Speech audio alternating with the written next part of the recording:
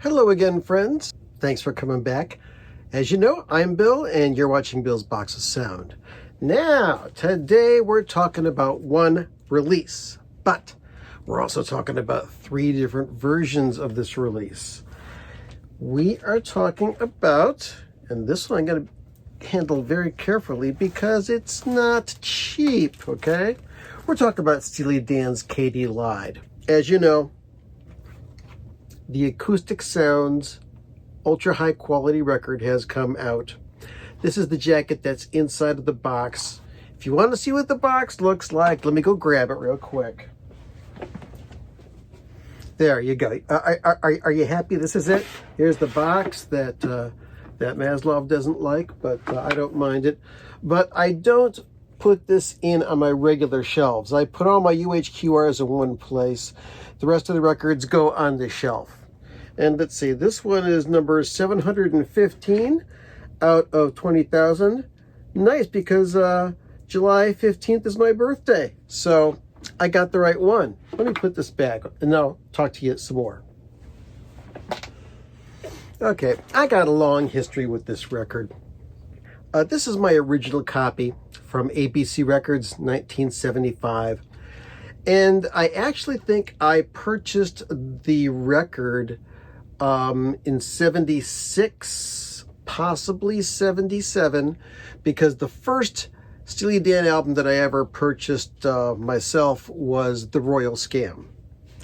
And I was so head over heels in love with that album that I started buying the rest of the Steely Dan catalog, and my admiration for Donald Fagen and Walter Becker just kept on going forward. But here's my original with the original insert, and I've got the record here. I'll show you the label, and yes, that is a katydid on the cover of Katy Lied. Some people say, oh, it's called Katy Lied because there's a grasshopper on the cover. Now, grasshopper's in the same family, but that's a katydid. I've got a guy who's nuts about praying mantises and grasshoppers that'll tell you all about that. But that's not what this is about. This is about a fantastic record.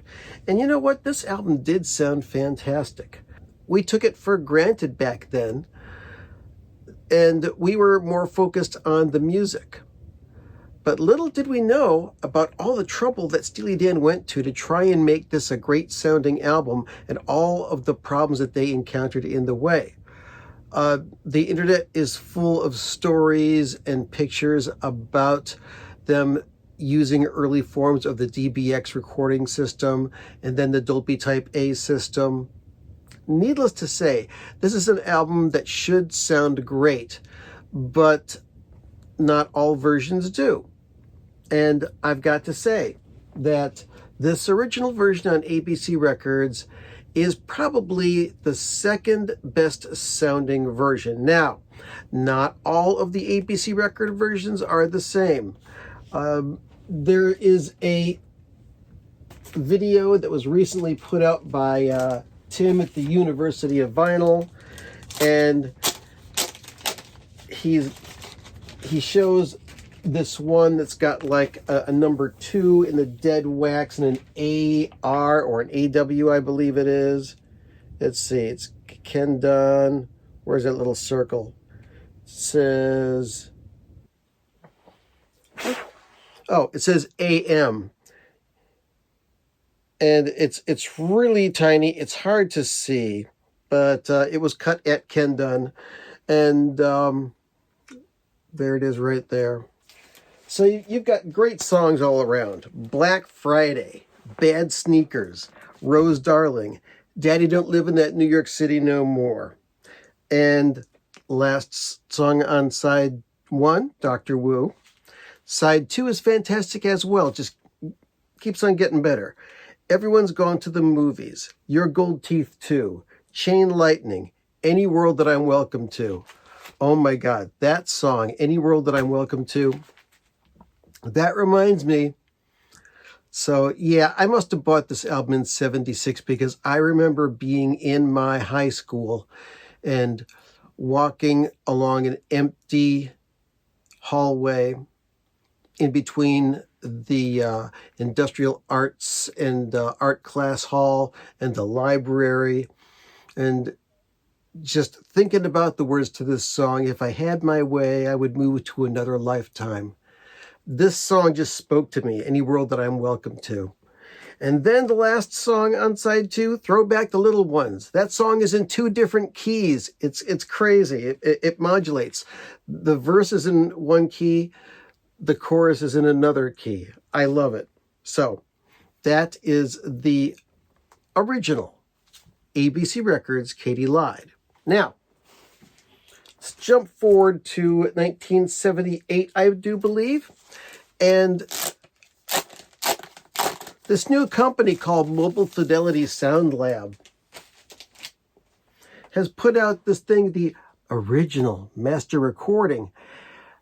They started with doing records of train noises, and then they had like a John Clemmer album, and then an Earl Klugh album. And then this is like the first rock title that they ever came out with. This is only the 7th release on the original run of Mobile Fidelity Sound Lab, back when their logo looked like that. Now, we were told about all the different steps that Mobile Fidelity took to make this sound better. So I bought it, and I thought it sounded better, mostly because I didn't have a great sound system. And they tried to boost the highs, they tried to boost the lows. They did some weird stuff with the EQ. But by today's standards, and by the standards of the original Katy Lied, this record does not sound great. When listening to all 3 of these versions, I'm talking about the ABC, the Mobile Fidelity, and this new Analog Productions pressed at Quality Record Pressings. The Mobile Fidelity is the worst sounding of them all. It sounds like somebody's put thick blankets over my speakers and somebody tried to crank it. When you take a look at this record, and especially on side 2 with this half-speed mastering that Stan Ricker did, look at all that space in between the end of the music and the label. Not only did they play with the EQ on this, they played with the volume. This is not a loud record. And while it has a good, quiet surface, the music does not punch through and sound any more impressive than the ABC version. For years, we believed it was better because it costs more, like about 2 or 3 times what a regular record cost back then, and because they gave us a lot of reasons why it sounded better. But it didn't, and it still doesn't. So now we come along with this version, and the UHQRs and Bernie Grundman have a history of knowing what to do to make these tapes sound as good as possible. He had I believe, a Dolby A copy, because on the liner notes that come with it, gives you the same credits that you got on the album. But it's also got a picture of the tapes. And it says here that this is encoded Dolby A, 30 IPS, 2-track. But let's get back to Bernie Grundman. Bernie Grundman knows his way in and out of Dolby encoding and decoding. He knows about DBX encoding and decoding. He's been there since the days that those were introduced. And he knows how to coax the best sound, the most realistic sound out of a record. And so that's why I say, also check out this beautiful gatefold, which duplicates the original insert. This is the best sounding version of Katy Lied. Second best sounding is the original ABC. But the big difference here is not just the fact that the music jumps out at you. This one, the music jumps out at you more. The original ABC has a good sound in it, but the improvements on the UHQR include the drums, because the noise reduction and encoding of the drums really played with them. The guitars, you can hear the amplifiers.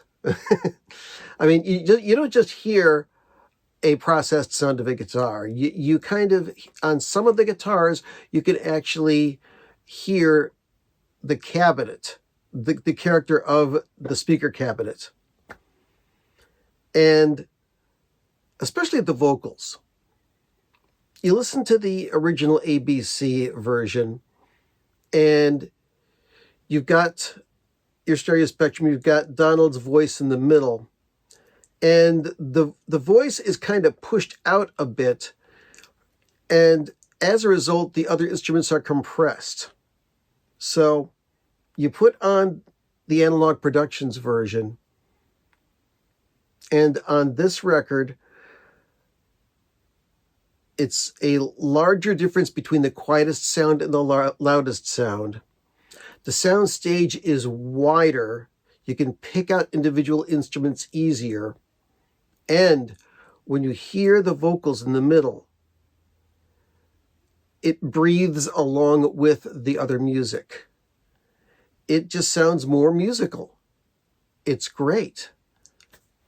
So now we have one more Steely Dan title left, and then the entire catalog will be available on double 45 RPM. And that's The Royal Scam.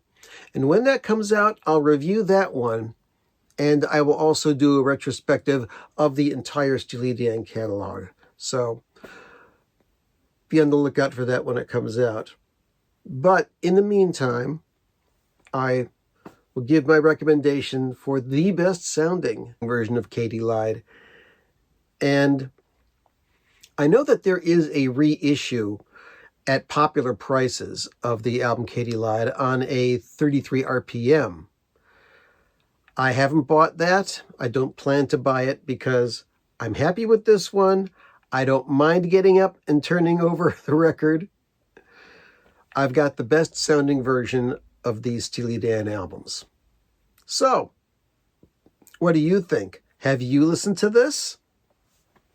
Leave your comments down below.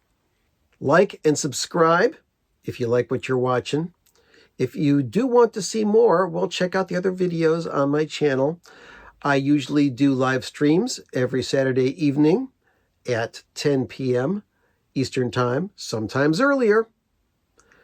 And also, you can hear my voice and my production skills on the official Frank Zappa podcast, the ZappaCast, which also features Scott Parker, the originator of the ZappaCast, and the Vaultmeister Joe Travers. That's it. I want to thank you for watching. I had a great time. I hope you did too. Now, go listen to some music. Hey, check out some Steely Dan. Be kind to each other, folks.